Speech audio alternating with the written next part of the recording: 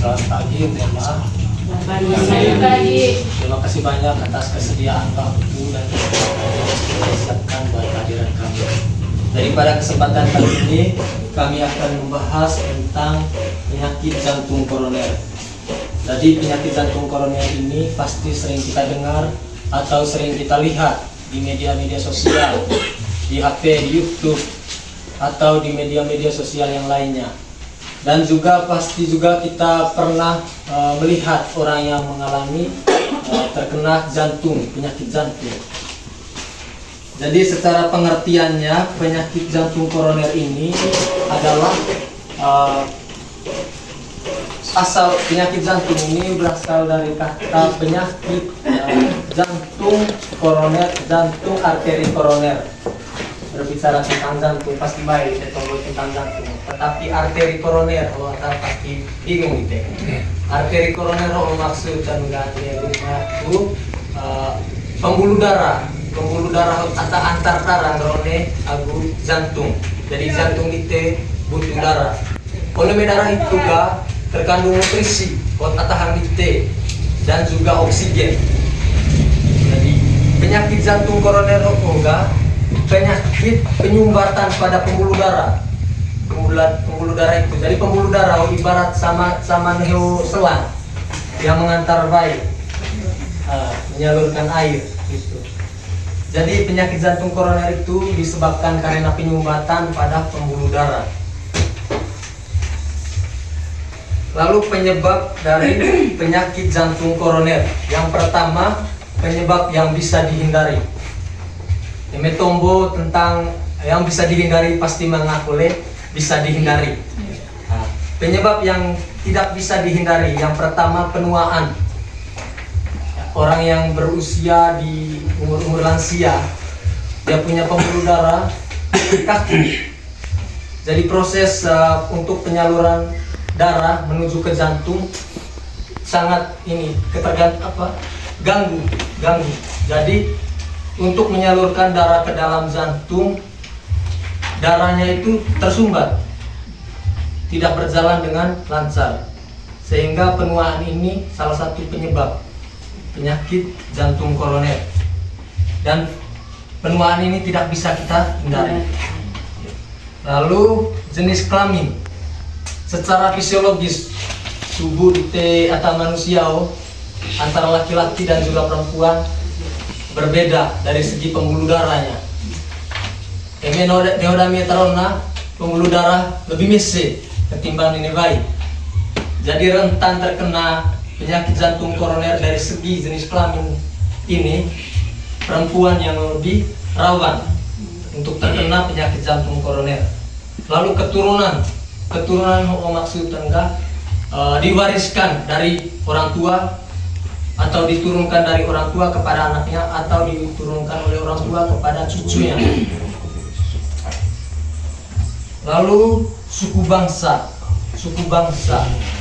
kebiasaan budaya di Tetangangerayo, memang acara ceko itu pasti minum tua, rongko.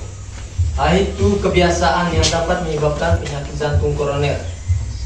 Lalu faktor sosial yang maksudnya membicarakan tentang ekonomi, sosial ekonomi. Biasanya orang kaya kalau punya keinginan pasti terpenuhi karena dia punya uang banyak. Jadi apa yang dia inginkan selalu dipenuhi. Dia selalu mengonsumsi makanan yang enak, tidak melihat makanan ini sangat mempengaruhi pada kondisi jantung, yang mempengaruhi kesehatan jantung ini terganggu. Lalu pada poin yang berikut, penyebab yang bisa dihindari. Yang pertama, merokok. Jadi merokok ini bisa menyebabkan penyakit jantung koroner karena selain nikotin terkandung karbon dioksida, nus naroko. Jadi karbon dioksida ini tidak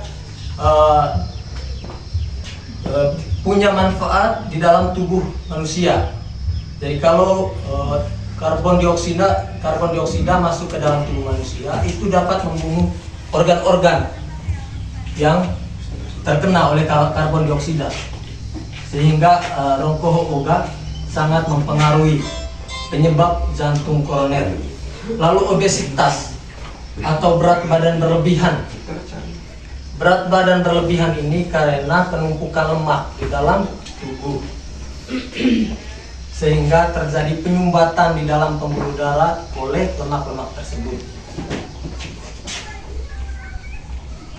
Lalu kurangnya aktivitas fisik. Kurangnya aktivitas fisik emenggo ite onemen baru hanya kayak bukat onto toko. Yang akan terjadi itu penumpukan lemak di dalam pembuluh darah, itu keringat.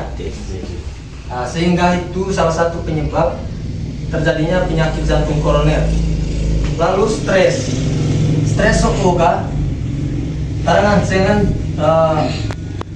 dengan terjadi penyebab jantung koroner karena ketika kita mengalami stres, kita punya pembuluh darah, kita punya darah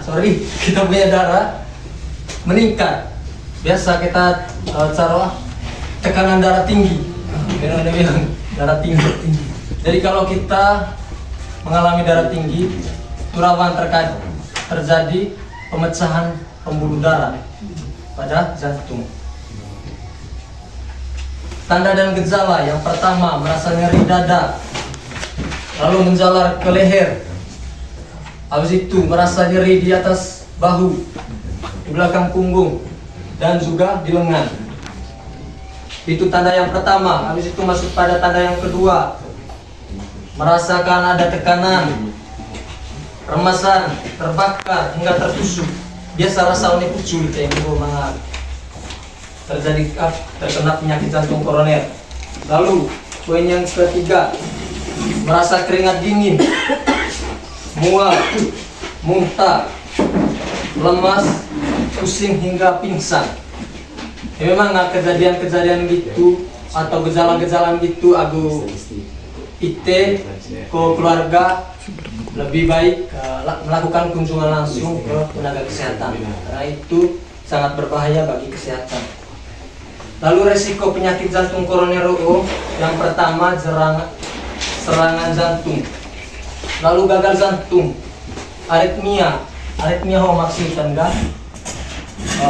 pemompaan jantung itu lebih cepat dari yang normal. Dari atarasan gak nyeri peti kita. Habis itu anginnya tidak stabil. Maksudnya darah yang disalurkan ke dalam jantung ini tidak stabil. Sama juga seperti aritmia, rasanya nyeri. Shock kardiogenik. Habis itu gangguan kaki jantung, pembentukan gumpalan darah, dan bisa jadi kematian mendadak. Jadi itu resiko yang terkena penyakit jantung koroner. Jadi sekian materi dari saya lanjutkan kepada materi kedua, Kakak. Baik, terima kasih. Teman saya tadi sudah menjelaskan apa itu penyakit jantung, kemudian penyebabnya apa, tanda dan gejalanya seperti apa, dan risiko dari penyakit jantung koroner. Jadi di sini saya akan menjelaskan bagaimana cara mencegah atau mengatasi supaya tidak terjadinya penyakit jantung koroner. Yang pertama itu menerapkan pola hidup sehat. Menerapkan pola hidup sehat maksudnya di sini adalah dengan cara yang pertama itu mengonsumsi makanan yang sehat. Nah, di sini kita harus mengonsumsi makanan yang tinggi akan serat. Misalnya ikan, kemudian buah-buahan, sayur-sayuran, kacang-kacangan, dan kurangkan makanan yang mengandung banyak lemak. Kemudian berikutnya adalah aktivitas fisik teratur. Di sini kita harus lakukan olahraga secara rutin, minimal itu 30 menit dalam sehari. Misalnya berjalan pagi, lari pagi. Kalau tahu bersepeda. Kalau misalnya di rumah ada kolam renang, kita juga bisa berenang. Kemudian yang berikutnya adalah hindari aktivitas merokok dan batasi konsumsi alkohol. Ini terutama bagi emak-emak dahku. Mulai sekarang kita harus batasi untuk merokok dan mengonsumsi alkohol. Kalau kita mengonsumsi alkohol atau merokok berlebihan ini dapat meningkatkan resiko penyakit jantung seseorang. Kemudian Yang berikutnya adalah pengelolaan faktor risiko. Yang pertama itu kontrol tekanan darah. Nah, di sini itu kita harus rajin mengontrol darah secara rutin, misalnya di pustu atau puskesmas terdekat, supaya di sini itu kita mengetahui apakah kita mendapat tekanan darah tinggi atau darah rendah. Kemudian jaga kadar kolesterol. Nah, ini juga sangat penting. Di sini kita harus batasi makan makanan yang mengandung lemak karena dapat menyebabkan kolesterol seseorang itu meningkat. Kemudian kelola diabetes. Misalnya kita itu diabetes. Nah, di sini kita harus mengontrol kita punya gula darah. Melalui apa? Yang pertama itu melalui diet, kemudian olahraga. Olahraga yang saya bilang tadi itu misalnya jalan pagi, kemudian lari pagi. Kemudian pantau berat badan. Nah, Kakak Billy tadi sudah bilang bahwa berat badan yang berlebihan di sini itu dapat meningkatkan resiko penyakit jantung koroner. Jadi di sini itu kita upayakan supaya kita punya berat badan itu jangan terlalu berlebihan. Nah, caranya bagaimana? Di sini mungkin Mama, Bapak ada yang mau bertanya terkait dengan materi jantung koroner yang sudah disampaikan oleh teman saya.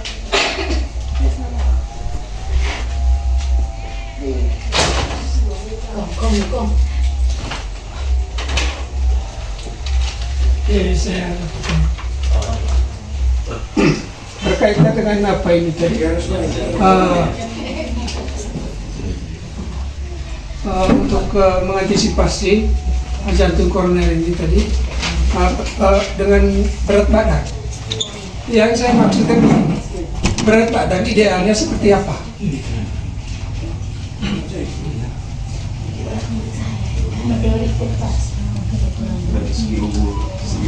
Dari posisi artnya, dari segi umur juga terus tinggi.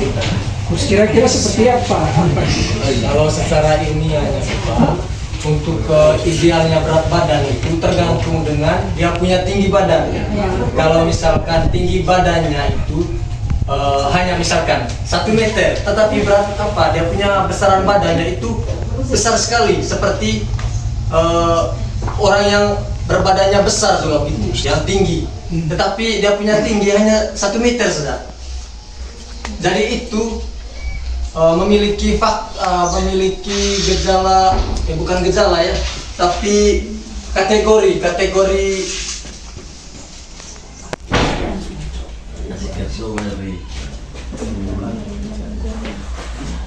obesitas. Yang saya maksudkan begini, idealnya seperti saya sendiri saya tahu tinggi 168. Berat badan saya seharusnya untuk ideal sehatnya seperti apa? Karena itu takaran ini. Berat badan harus dicakar dengan tinggi badan supaya menemukan nilai normal. 50 HTGP. Yang itu kalau setir salah dulu, dia kisarannya dari 5 sampai 58 berat badan. 50 sampai Tinggi. Dan kegiatan. Khusus penyakit jantung. Sampai 3 Mei. Oh, nana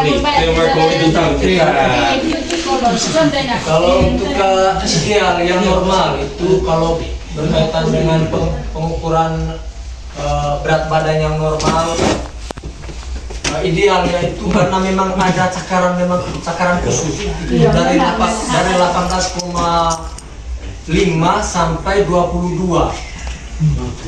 Tetapi biasanya itu dicakar oleh tenaga kesehatan.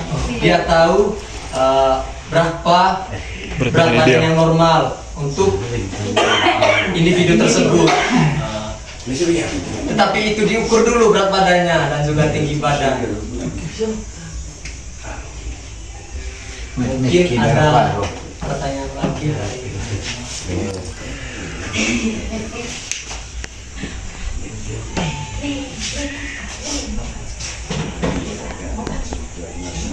Baik, jika sudah tidak ada yang mau bertanya, kami menutup kegiatan ini dengan doa.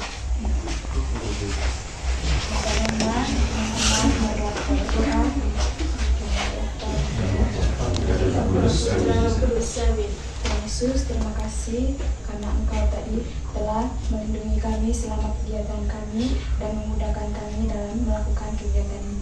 Ya Tuhan, sebentar lagi kami mau pulang, lindungilah kami, jauhkanlah kami dari segala malapetaka yang menimpa hidup kami. Namamu kami puji kini dan sepanjang masa.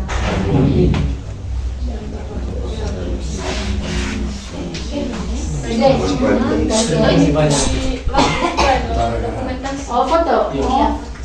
Foto ini ya, enggak no kan?